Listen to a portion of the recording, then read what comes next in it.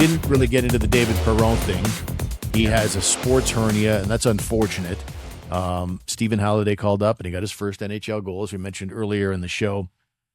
Perron's an interesting one because I think the Senators right now hope he returns in time, that his return makes a difference one way or another, because by March 6th at the deadline, either the Sens are still in it and you want David Perron around and helping lead as a former, veteran Stanley Cup winner, or you may be in a mode of, okay, we are out of it and maybe we can get a draft pick or something for David Perron who could help another team. And the timeline is interesting because we're 6 weeks away from the trade deadline, which is right in the middle of his prognosis of his window of recovery, 5 to 7 weeks. So it will be interesting to see what happens with David Perron at the deadline. Because if he goes the 7 weeks, which is still within that window for recovery time, that could leave the Sens with an inability to deal him, and they may well be completely out of it by then. Yeah, it was the first thing I thought of, Steve. As soon as I heard he was a scratch and out for this sports hernia, first thing I thought was, quick, I got out the calendar. When's he back in relation to the trade deadline? Because, yeah, he's one of the few pieces, veteran leadership, can score goals, can play in a power play, brings a presence in the room, Stanley Cup winner, all that stuff. He's a nice piece you could move and maybe get something as high as, dare I say it, a second rounder.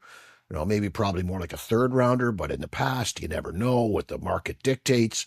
He might be able to get you a second rounder, which would be really nice. But now you may not even have that opportunity. I know that you can acquire somebody who's not 100% healthy. I don't think there's any rules against trading an injured player other than the other team has to know. Like if you're a team going for it and looking to add someone like David Perron, are you willing to take on a guy who's still recuperating from an injury? You'd want to have your doctors look him over and see what the prognosis is, but it would definitely lower the price. At the very least, it's going to lower the price, the demand for the Senators, if they're going to try to move him by the deadline.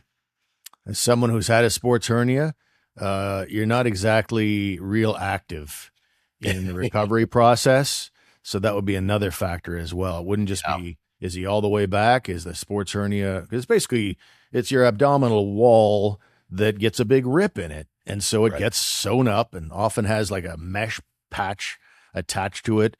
And so this sports hernia is there. And let's say he gets completely over it. Well, the team that acquires him will probably, unless they're like Colorado with a massive lead and automatically in the playoffs, there's a good chance they may be, given the parity we have in the NHL, they might be fighting their ass off just to get into the playoffs. And so if David Perron at 37 has been off ice for 7 weeks minimum, it's going to take a while for him to play his way back into shape again. And he might be, in late season form like they hope that everybody would be for the stretch run. So it would turn me off as a GM. I'll say that. Right.